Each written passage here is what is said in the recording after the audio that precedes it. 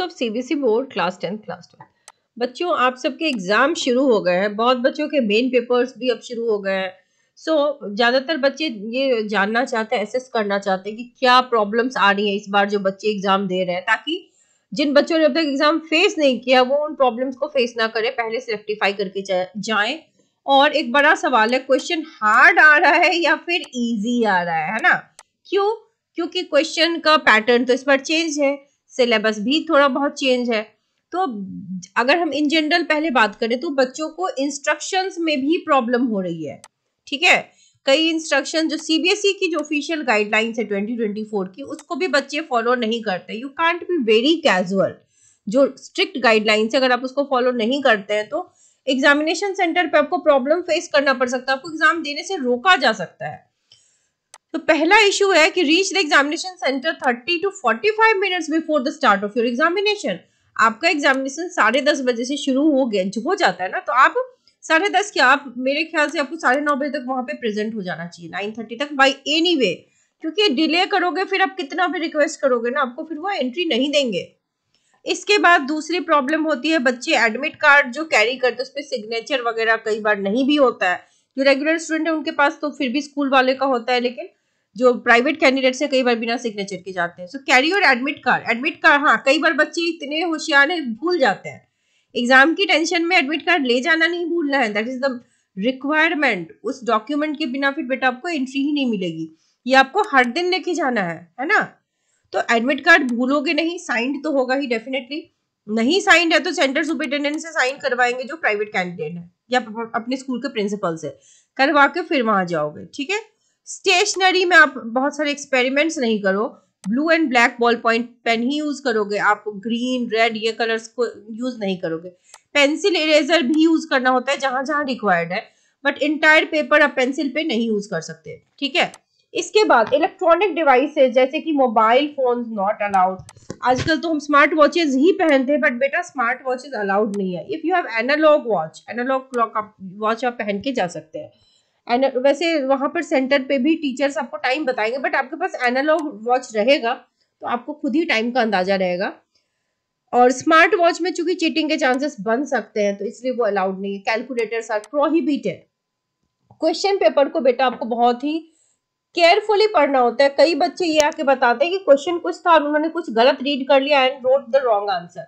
उसके बाद आप कितना भी रिग्रेट करोगे, क्या फायदा? कोई फायदा नहीं है ना, फिर तो नंबर कट गए। एक बार कट गए उसके बाद देयर इज नो चांस।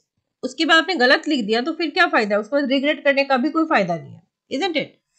उसके बाद क्वेश्चन को लिखने वक्त भी बेटा क्वेश्चन आंसर नंबर, ये ए बी सी सेक्शन, ये सब चीजें मतलब लिख के आप रखो। मान लो सेक्शन ए में आपने सेक्शन बी का आंसर लिख दिया तो ऐसे नहीं चलेगा, सेक्शन वाइज ही लिखो। Do not right anything on the question paper. अगर आपने क्वेश्चन पेपर पे लिख दिया, कोई सही चीज भी लिख दी है एग्जामिनेशन सेंटर पे भी, तो दैट इज नॉट अलाउड, उससे आपको एग्जाम देने से रोका जा सकता है। ठीक है, और अपनी मर्जी से एग्जामिनेशन सेंटर छोड़ के आप नहीं जा सकते, हॉल छोड़ के नहीं जा सकते। ठीक है, तो परमिशन आपको लेना पड़ता है।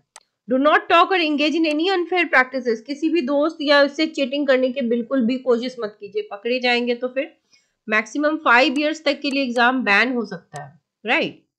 और अगर दिल्ली एनसीआर के बच्चे, आप जानते हो यहाँ पर किसान आंदोलन चल रहा था, तो आपको मेट्रो सर्विसेज यूज करो या whatever means you want to use, but reach well before time. ठीक है, अब क्वेश्चन पेपर की अगर हम बात करें तो देखो, अभी संस्कृत का भी पेपर हुआ है, तो बच्चों का जो फीडबैक है, रिएक्शन है, वो है कि पेपर इजी था, टाइम पे कंप्लीट हो गया। सेक्शन डी थोड़ा सा एंगेजिंग था उनके लिए, कुछ क्वेश्चंस थे जो डिफिकल्ट भी थे। तो देखो, question paper is always a combination of easy, moderate and difficult types, है ना? तो वो वही था, बच्चों के हिसाब से क्वेश्चन पेपर अच्छा था। एक्सपर्ट की बात माने तो पेपर वर्ड इजी, मतलब easy to moderate, and all the questions were correctly placed in the expected format. जो फॉर्मेट सीबीएसई ने दिया उसी फॉर्मेट का पालन किया गया है। Students must have done a good job of writing the answers and expected well scores. अच्छा लिखा है, बच्चे अच्छा एक्सपेक्ट भी कर रहे हैं कि अच्छा स्कोर आएगा। और अगर पेपर एनालिसिस बड़ी जरूरी होती है जानने के लिए, इसका कारण ये है कि knowing the paper analysis is like knowing the paper. जैसे कि स्टूडेंट्स हैं, टीचर्स हैं, पेरेंट्स हैं, अगर आपको डिफिकल्टी लेवल की समझ है तो अकॉर्डिंगली आप जज एंड प्रेडिक्ट कर सकते हैं अपने रिजल्ट को। और अगर क्वेश्चन पेपर डिफिकल्ट होता है बेटे तो मार्किंग बिकम्स ऑटोमेटिकली लीनियंट, है ना। तो paper analysis is very very important. अभी तक जो पेपर आया है नॉट वेरी डिफिकल्ट, मतलब मॉडरेट लेवल में ही आए हैं। अब मेन पेपर स्टार्ट हो रहे हैं। अगर मैं क्लास 12th की बात करूं तो देखो चाहे कुछ भी हो जाए, फिजिक्स का पेपर, केमिस्ट्री का पेपर, मैथ्स का पेपर, बायोलॉजी का पेपर, ये सब थोड़े थोड़े डिफिकल्ट आएंगे। इसमें खासकर फिजिक्स तो डेफिनेटली, केमिस्ट्री में भी बच्चों को दिक्कत हो जाती है। तो यहाँ पर आपको जो कॉन्सेप्ट है, कॉन्सेप्ट बेस्ड स्टडी तो करनी ही पड़ेगी। अगर आपने अब तक कुछ भी नहीं किया तो भी 5 इयर्स की PYQs जितना आप मैक्सिमम देख सकते हो याद करते चलो, ठीक है। क्लास 12th केमिस्ट्री के लिए बेटा ऑलरेडी यहाँ पे सारे इंपॉर्टेंट चैप्टर्स के जो गेस्ट क्वेश्चंस हैं और जितने भी कंटेंट्स है उसके सारे प्लेलिस्ट की लिंक आपको डिस्क्रिप्शन बॉक्स में मिल जाएगी, only for class 12th chemistry. जितना इतना करके अगर चले जाओगे तो आप बहुत अच्छा स्कोर कर सकते हो। तो after finishing of your chapters आप ये क्वेश्चन जरूर चेक कर लीजिए। So wish you all the very best and stay updated with the channel.